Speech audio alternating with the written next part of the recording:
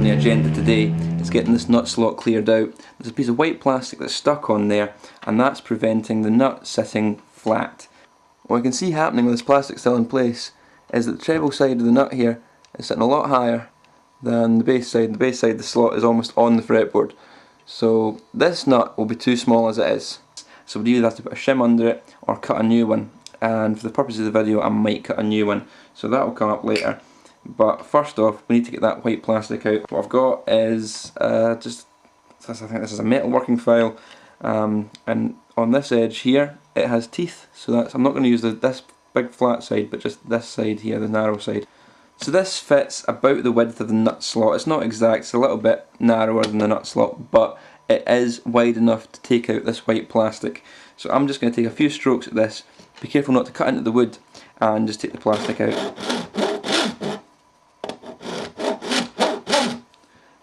Got to be careful as well not to use too much pressure here, because that will cut into the fretboard wood, and we don't want that because that will ruin the intonation. So I've got to keep it slightly off that and just make sure it's not touching it. It's getting to the stage and I'm starting getting worried using this big file and taking off too much, so I might have to switch to a needle file. Should hopefully do it. Perfect. Now there's no gap between the fretboard and the nut right there. So that means that we can fit a new nut in just fine. Again, this one is now far too low, the slots are right on the fretboard. So this nut is pretty useless, although I'll keep it this now for maybe a spare, or just even to get the string spacing and sizing for the new nut. I can draw around about that. Alright, so first job of the day is done.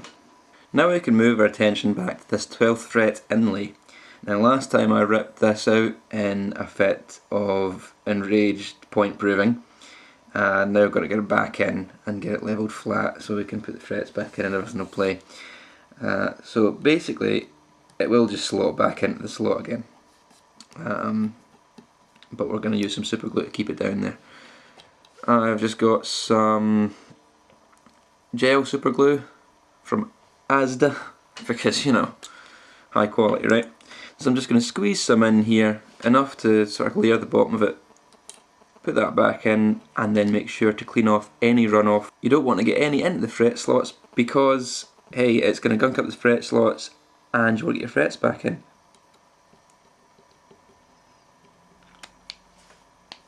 That should do it, and we'll squeeze this in.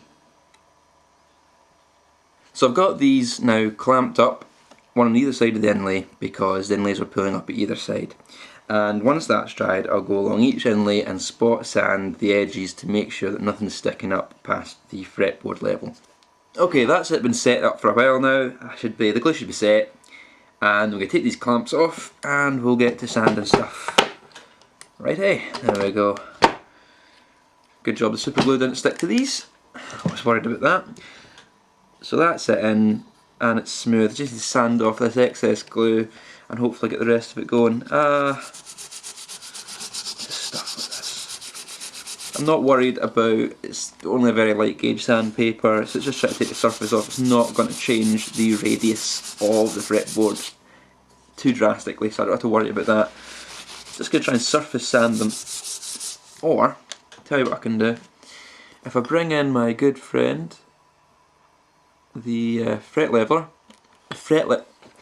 oh for fuck's sake, the fret leveler, jeez, I'm tongue tied today. Fuck it, right, do you know what, we're going for a drink. I'm gonna, fuck, there better be a drink outside because I can't even speak today, hold on.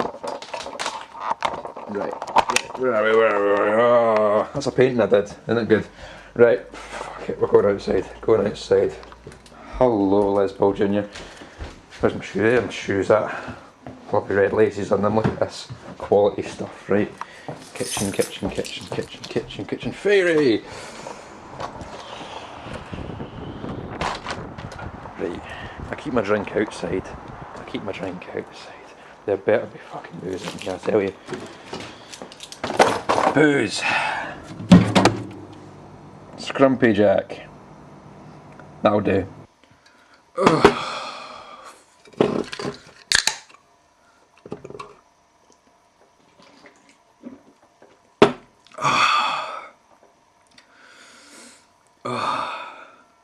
That's better.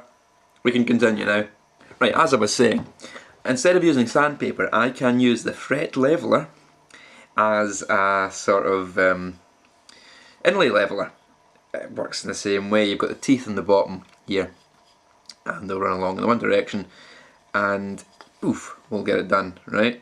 This is how it'll work, and it'll help not to take the radius off. You can actually hear it as it hits the inlays, just taking off the surface. It's also very important with these tools that the teeth will get clogged up in them with all the stuff you're taking off. It's good to have a little brush or a little something so you can get all the gunk out of the teeth, and I always have a little bin handy somewhere by your side so you can get rid of stuff. And this is the sort of shit I keep about so I can do it. I've got a little brush for cleaning an electric razor and the head of an old toothbrush, and those kind of things are perfect for just the bristles getting in amongst the teeth of that and just knocking all the gunk out. It's most important when you're doing the frets because you're going to get little bits of metal stuck in there, and that can damage the teeth, and it can also damage the other frets as you continue to level the frets. So it's important to clean the tools regularly to stop that sort of thing happening. It's particularly this inlay, and I need to keep spot leveling that because it is peeking out. If I could get any glue underneath it, which I can't, I'd get the glue and clamp it, but it's not quite lifting up enough to get underneath it. So unfortunately I'm just going to have to keep levelling it. There's not even a gap to get any capillary action in there for glue, liquid glue, so shame, shame, shame, shame. If only they'd done it right in the first place. I think I'm going to leave it at this, to be honest. They're better than they were. They're still not perfect, but they're better than they were. Now we can move on to the fun bit, which is the frets. So now we come to the long process of putting in these frets. Now the fret slots need to be cleaned before we can put any frets in. These ones I'll clean them one at a time as I get to them. I've got my frets here. Basically the fret wire comes in lengths like this. You can choose all the different widths and heights of the crowns. This is a medium wide or a wide medium, whichever way around they're putting it. Wide medium. I can put the dimensions of it on in case you want to know. Basically it comes in a straight wire and it needs to be bent to the radius of the fretboard, or probably a little bit steeper than the radius of the fretboard. It'll take about 3 lengths of this fret wire to do the whole neck. And the other piece I've got here, which is really useful, is a piece of wood with 24 holes drilled in it. And basically once I've measured each bit, cut it to length, I can put it in the associated fret hole. So fret 1 will go in 1, fret 2 will go in 2, obviously. And that way I know I've got all the frets I need at the length I need. Right, so I'm going to get bending this wire and show you how to do that. So here's my fret wire and my fret clippers. Now you can buy specific devices to bend fret wire to specific radiuses, but I'm going to use the clippers because this works pretty well and it saves me having another tool. Basically I clip the tang, which is the bit that will go inside the fret slot, into the fret clippers, and then just lightly bend. And what happens is very easily you start to create a radius on the fret wire, and just keep moving along a bit at a time and try to bend it evenly. Takes a little bit of skill, but you get there. And as long as you don't jump along too much with the fret cutters, then you will get quite an even radius throughout. And it's okay to make this, because this is quite steep. That's well steeper than what the fretboard radius is, but that's what you want, because that'll help get the frets in with it and bouncing back out. So this is the idea. Just keep going along, bending the fret until it's right to the end. When it gets towards the end of it, there's not enough to bend, so I flip sides and try and bend the other way, which usually throws me off. Right, there we are. We have roughly even curvature, and once it's like this I can sort of do it by hand. Now I have a curved piece of fret wire. How good's that? Okay, so now the idea is to put our curved fret wire up against each fret, check how much length we need, and then cut it with just a little bit of overhang on each side. So I'm going to do that now. Fret 1, just line it up across the fret, find where the other side is, leave a little bit of overhang, and I've just dropped on the floor, and cut it, right? And then I'm going to put it into slot 1. That's fret 1. Just do it with every other fret until we've got all, well, 22 in this case done.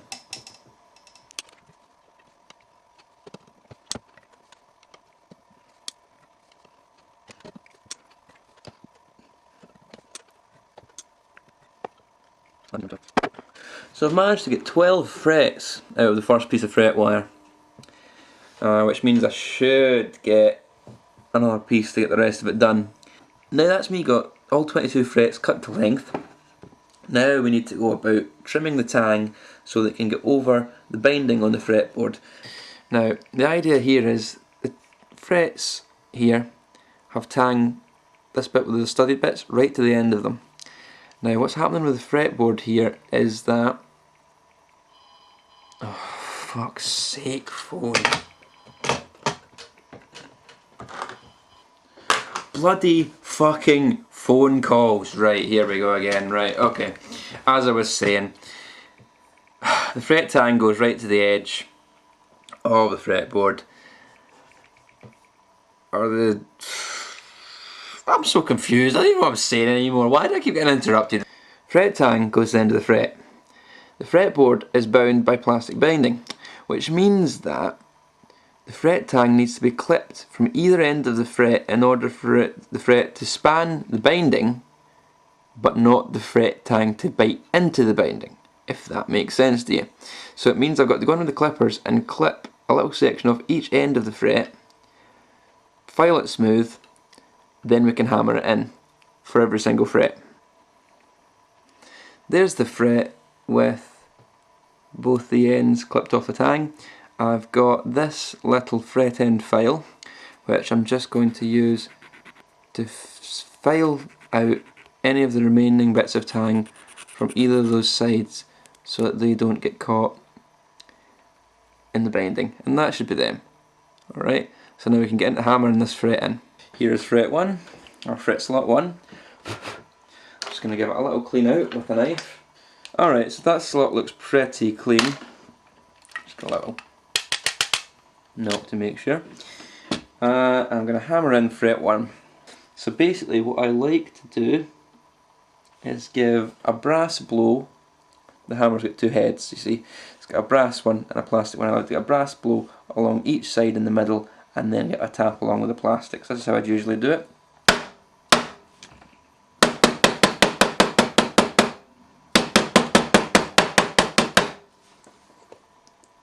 As long as you keep it even, it should be fine. So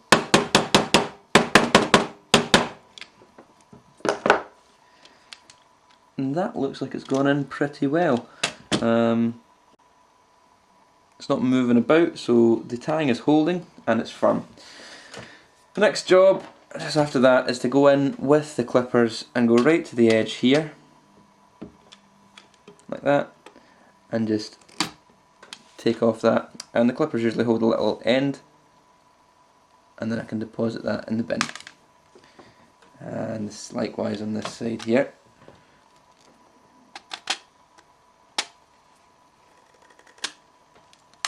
There we go. And that's one fret in. There's a lot more work to do to it than just that, but this is the start. This is getting the frets in, so at least they're there.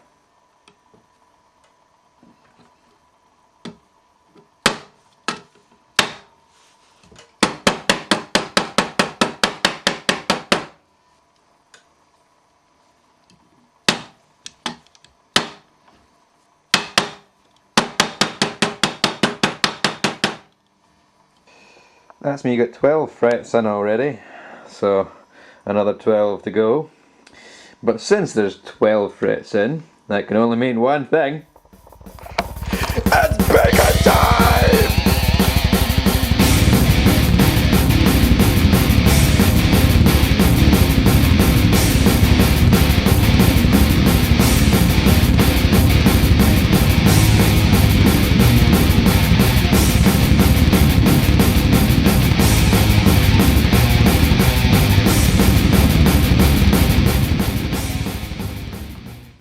Now we've finally got all the frets in, and before I go to work levelling them, the first thing I'm going to do is bevel the edges. Now I'm going to take my fret levelling file and I'm going to run it along the edges here, either side of the fretboard, at roughly about a 30-degree angle, and keep going until I've equally sort of taken a angle off of each of the frets. You'll see what I'm doing, it's dead simple. Just going to run it along like this.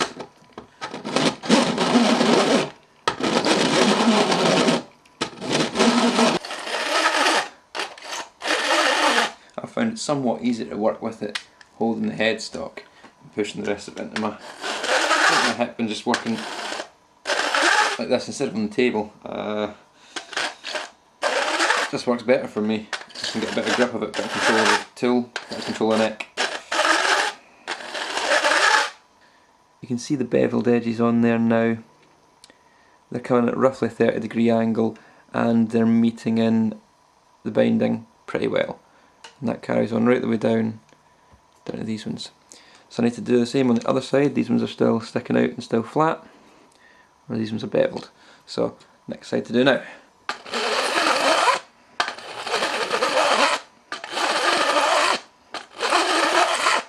That's both sides done now. Beveling both edges. So that's a start to getting the frets all finalised.